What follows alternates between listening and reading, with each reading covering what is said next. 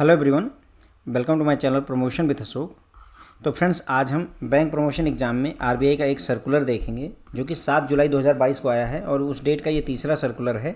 ठीक है, तो हम यहाँ पर पढ़ रहे हैं फ्रेंड्स जो भी जुलाई 2022 में सर्कुलर आरबीआई ने इशू किए हैं उनकी जिस्ट के बारे में। तो ये जो सर्कुलर आया है फ्रेंड्स, ये जो है आपका रिलेटेड किससे है, एफसीएनआरबी और एनआरई टर्म डिपॉजिट में एग्जीम्शन फ्रॉम मेंटेनेंस ऑफ सीआरआर और एसएलआर। तो एफसीएनआरबी और एनआरई जो टर्म डिपॉजिट जो एफडी आ रही हैं उनमें उनको जो है सीआरआर और एसएलआर मेंटेन करने के से एग्जीम्ड किया है आरबीआई ने। अभी हम समझेंगे क्या बात हो रही है और क्यों ऐसा हो रहा है, वो भी बात हम यहाँ पर करेंगे।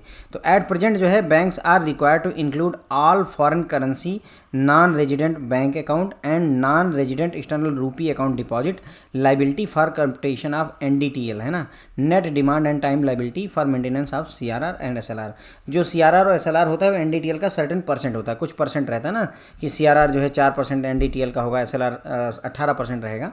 तो एनडीटीएल में कैलकुलेशन करते समय आपको जो भी एफसीएनआर जो डिपॉजिट हैं या एनआरई जो डिपॉजिट हैं उनको इंक्लूड करना पड़ता है, तभी आप सीआरआर और एसएलआर कैलकुलेट करते हैं। लेकिन आरबीआई ने नई गाइडलाइन लाई है, banks are advise that with effect from reporting fortnight beginning 30 July 2022 incremental FCNRB deposit as also NRE term deposit with reference to base date of 1 July 2022 mobilised bank will be exempted from maintenance of CRR and SLR. तो यहाँ पर जो date रखनी है ध्यान में, कुछ बातें हैं जो ज़रूरी हैं।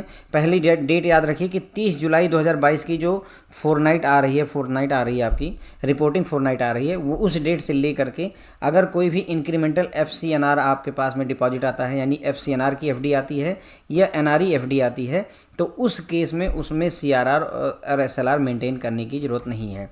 अब सीआरआर और एसएलआर मेंटेन ना करने से क्या फ़ायदा होगा फ्रेंड? देखिए भाई, बैंक को अगर मान लीजिए है $100 करोड़ की अगर एफसीएनआर डिपॉजिट या एनआरई डिपॉजिट मिलता है, तो अगर उसका 4% उसे जो है सीआरआर मेंटेन करना पड़ता है और 16% मान लीजिए उसे एसएलआर मेंटेन करना पड़ता है, तो 20% उसका चला जाता है ना। तो ऐसे में क्या होता है कि हमारा जो फॉरेक्स रिजर्व है वो घट जाता।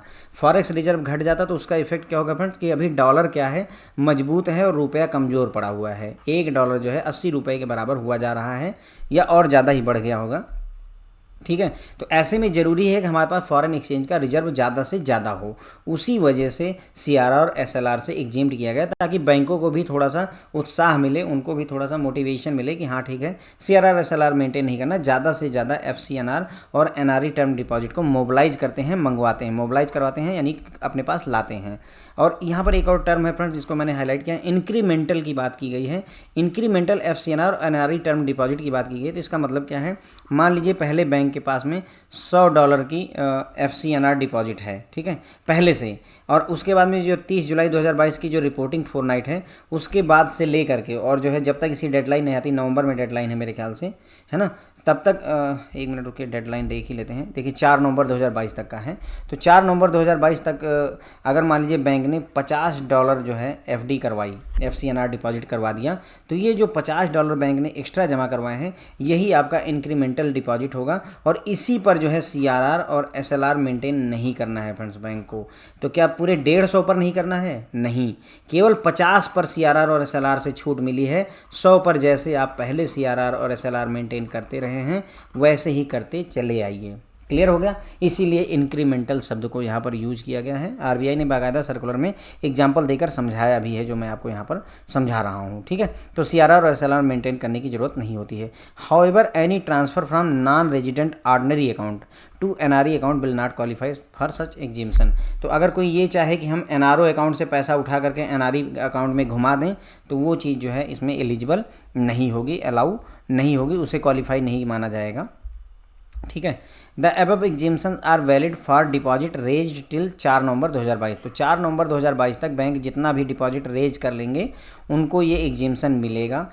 उस डिपॉजिट के लिए बैंकों को सीआरआर और एसएलआर मेंटेन करने की ज़रूरत नहीं होगी। The exemption on reserve maintenance will be available for the original deposit amount till such time of deposit are held in the bank book. और एक और बात है कि एक बार जैसे मान लीजिए बैंक के पास $100 की एफसीएनआर डिपॉजिट एनआरई डिपॉजिट था, एफडी थी, और बैंक ने $50 की नई एफडी करवाई, कितने तक? 4 नवंबर तक मान लीजिए $50 की।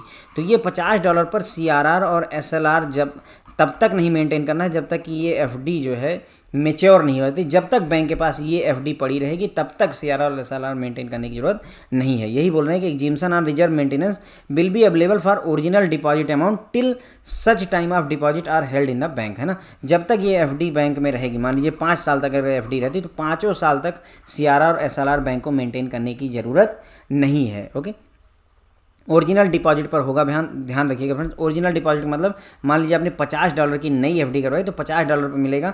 कल को इसमें इंटरेस्ट लग करके 55 और 56 58 होता है, $58 होता है, तो 58 पर नहीं मिलेगा। जो ओरिजिनल आपकी एफडी है उस अमाउंट पर आपको सीआरआर एसएलआर मेंटेन नहीं करना है, लेकिन अगर जो ब्याज बढ़ेगा $6 $10 उस पर आपको देना है। सिर्फ एग्जाम्पल के थ्रू आपको यहाँ पर मैं समझाने की कोशिश कर रहा हूँ फ्रेंड्स। ओके, तो जो कुछ भी हमने अभी तक डिस्कस किया फ्रेंड्स उसको एक समरी में अगर हम यहाँ पर बात करें तो पहली बात जो है ये स्कीम कब से शुरू है, 4th नाइट जो बिगिन हो रही है 30 जुलाई 2022 से शुरू होगी और कब तक लागू रहेगी, 4 नवंबर 2022 तक। जो भी एफडी आप ले आते हैं, चाहे एफसीएनआर डिपॉजिट हो चाहे एनआरई टर्म डिपॉजिट हो, ध्यान रखिए मैं एफडी इसी ले कह रहा हूँ क्योंकि ये टर्म डिपॉजिट की बात हो रही है।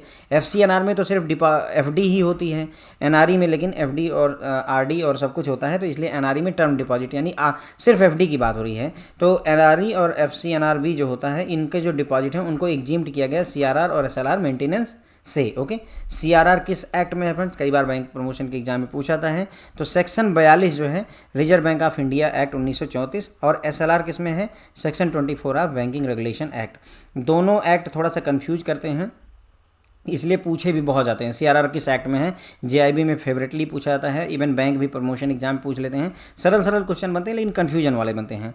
तो देखिए सीआरआर जो है याद कैसे रखेंगे, सीआरआर किसके पास मेंटेन होता है फ्रेंड्स, सीआरआर जो है, चलिए ठीक है इतना हमने समझ लिया। यहाँ पर आगे बढ़ते हैं।